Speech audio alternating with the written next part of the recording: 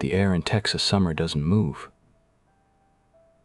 It presses, like walking through hot soup. I used to clock out after sunset, when the park emptied and the cicadas throbbed. By then, the slides were just wet concrete veins, still steaming. The maintenance manual called it the Maw's predatory ambiance piece. We laughed at first. Park guests squealed when it lurched toward them on rusted hydraulics, plastic jaws gaping. Harmless theater. I noticed it first in the chlorine scent, something beneath the chemical burn, dank and briny. Then the pool lights started flickering. Shadows pooled thicker around the shark, clinging to its fins. I swam toward the shark's underbelly, trailing bubbles. Its smile was wrong, not wider, deeper.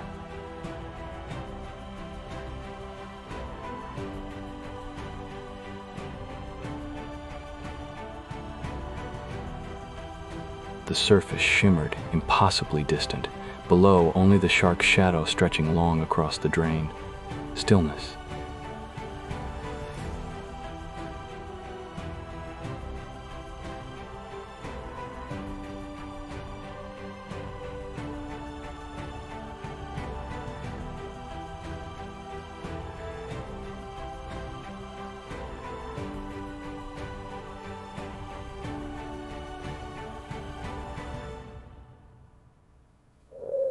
The water turned syrupy against my skin.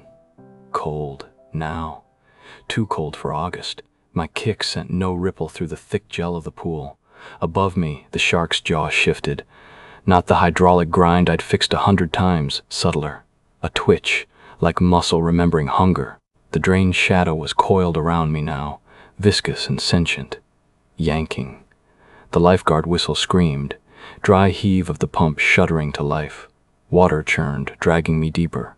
Chlorine stung my eyes, but beneath it, salt, rot, ocean-deep decay. The lifeguard stood statue still, eyes flat black. Smiling, the shark's chest cavity opened, not mechanically but wetly, membrane parting. Inside, filaments pulsed like jellyfish tendrils. My ankle tore free. Fled toward the ladder, shoulders grazing the shark's ribs. They yielded, spongy and fever warm. Behind me, metal groaned. Not machinery.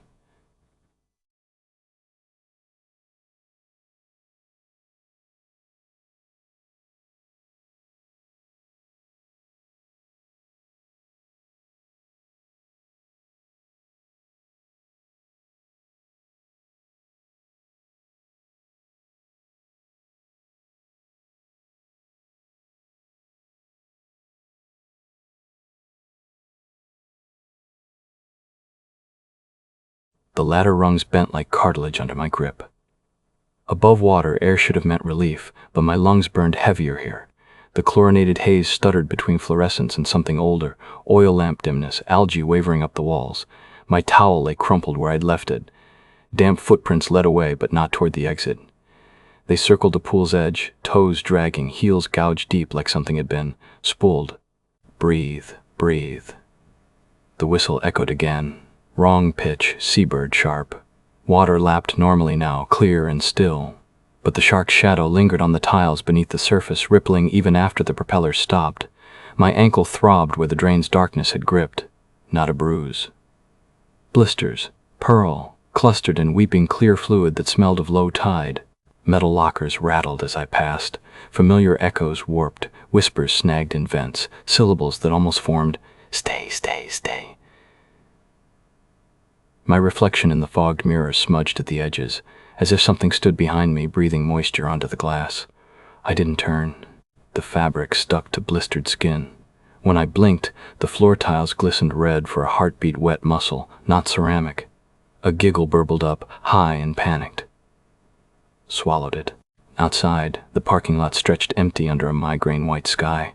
The keyhole wasn't a keyhole anymore. It was a pupil. The key trembled in my hand. The car door's pupil dilated as I approached, a moist, unblinking black, metal edges flexed, lashes of corroded steel. It's watching, I thought, though the thought crumbled like a dream upon waking. Inside, the air tasted of salt and copper.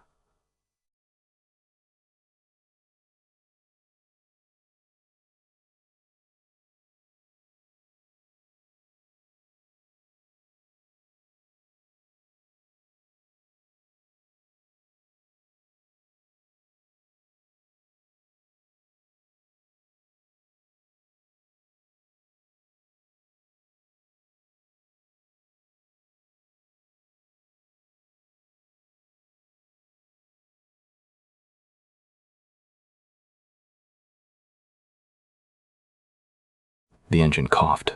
Once. Twice. A wet sputter, more gag than ignition. The radio fizzed on, static hissing through a voice that wasn't a voice. Come back, come back, come back, come back. A nursery rhyme loop, shredded and seawater slurred. The road ahead blurred, asphalt softening to a tongue-like sheen. Shadows pooled too thick in the ditches, knuckled shapes unspooling upward.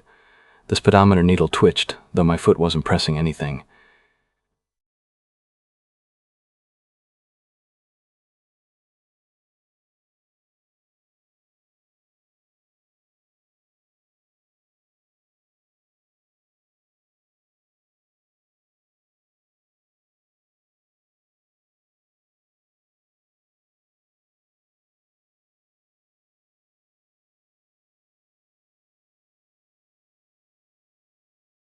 A shape in the mirror. Not behind me. In it.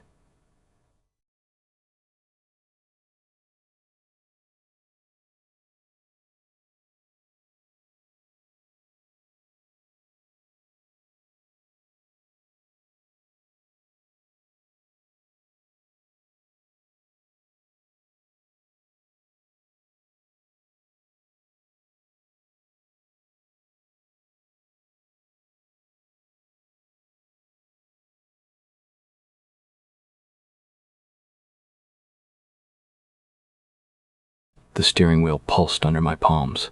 Not a heartbeat, something slower, deeper, like the rhythm of tides pulling at a corpse. My knuckles ached, couldn't let go.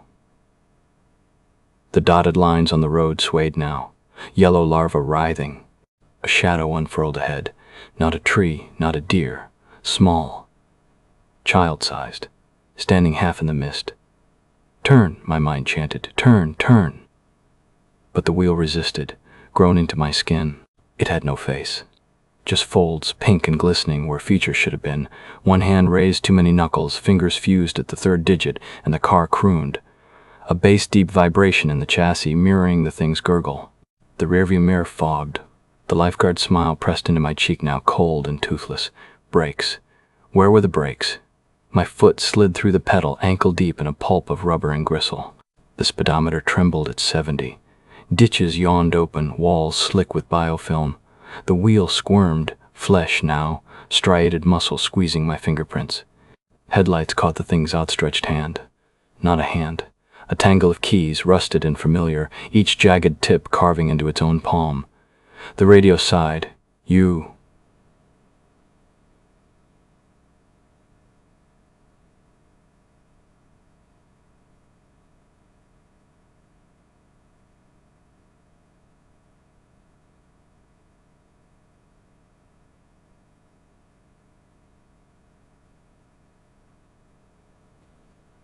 Windshield wipers smeared the world into a clotting red streak. My hands wouldn't belong to me much longer. I could feel them softening, edges blurring into the wheel's hungry grip. The keys. I recognized the teeth marks on the brass, my own, from that night at the concession stand.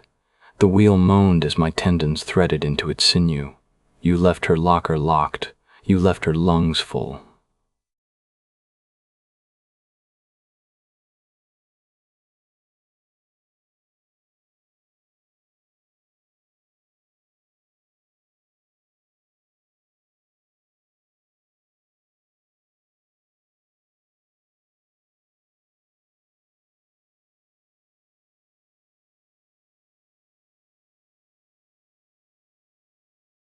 The child wasn't moving. The child was everywhere. Its faceless head cocked, weeping glossy trails that pooled in the asphalt cracks.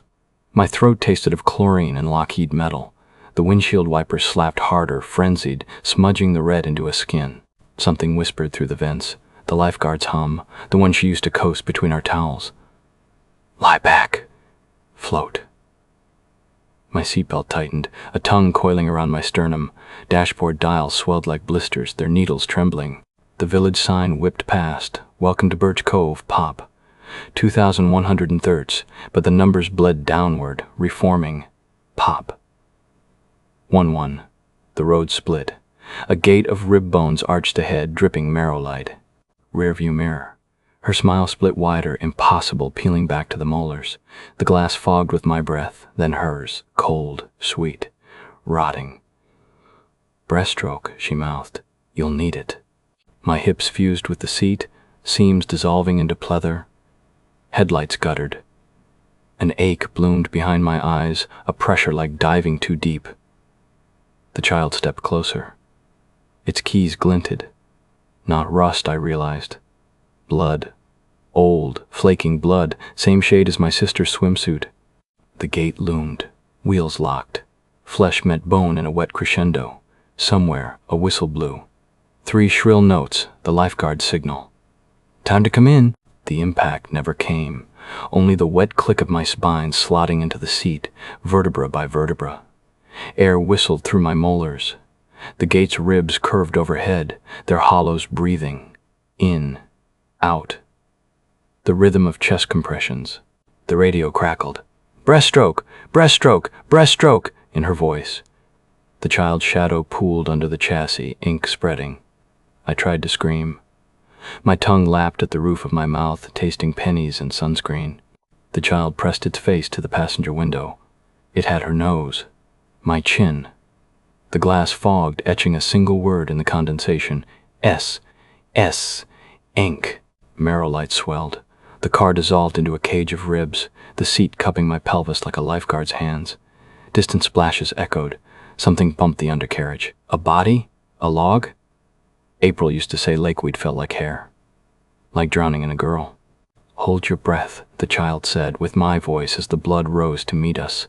The water found my ankles first, warm as a bath, then chilled to January creek. My legs fused, the bones knitting into something streamlined. The child's shadow slipped into mine, stitching us at the sternum. April's laughter bubbled up through the floorboards. I remembered her then, truly remembered. The algae-strangled hush of her last dive, the way the lifeguard's whistle had come 3 minutes too late.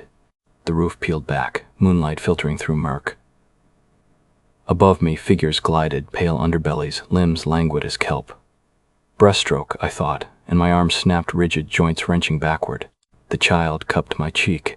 Its fingers left pockmarks, water beading in the hollows. "Don't fight," it sighed, our shared voice warped by currents. Mud claimed the radio, the seats, the brittle remains of the gate. Shadows congealed into shapes I knew. The curve of April's shoulder, Mom's sundress billowing empty. Pressure built in my thorax. Not pain, but memory. Her small hand slipping through mine at the picnic table. The smell of copper as Dad cleaned his revolver. The crackle of the AED. Fingers brushed my calf.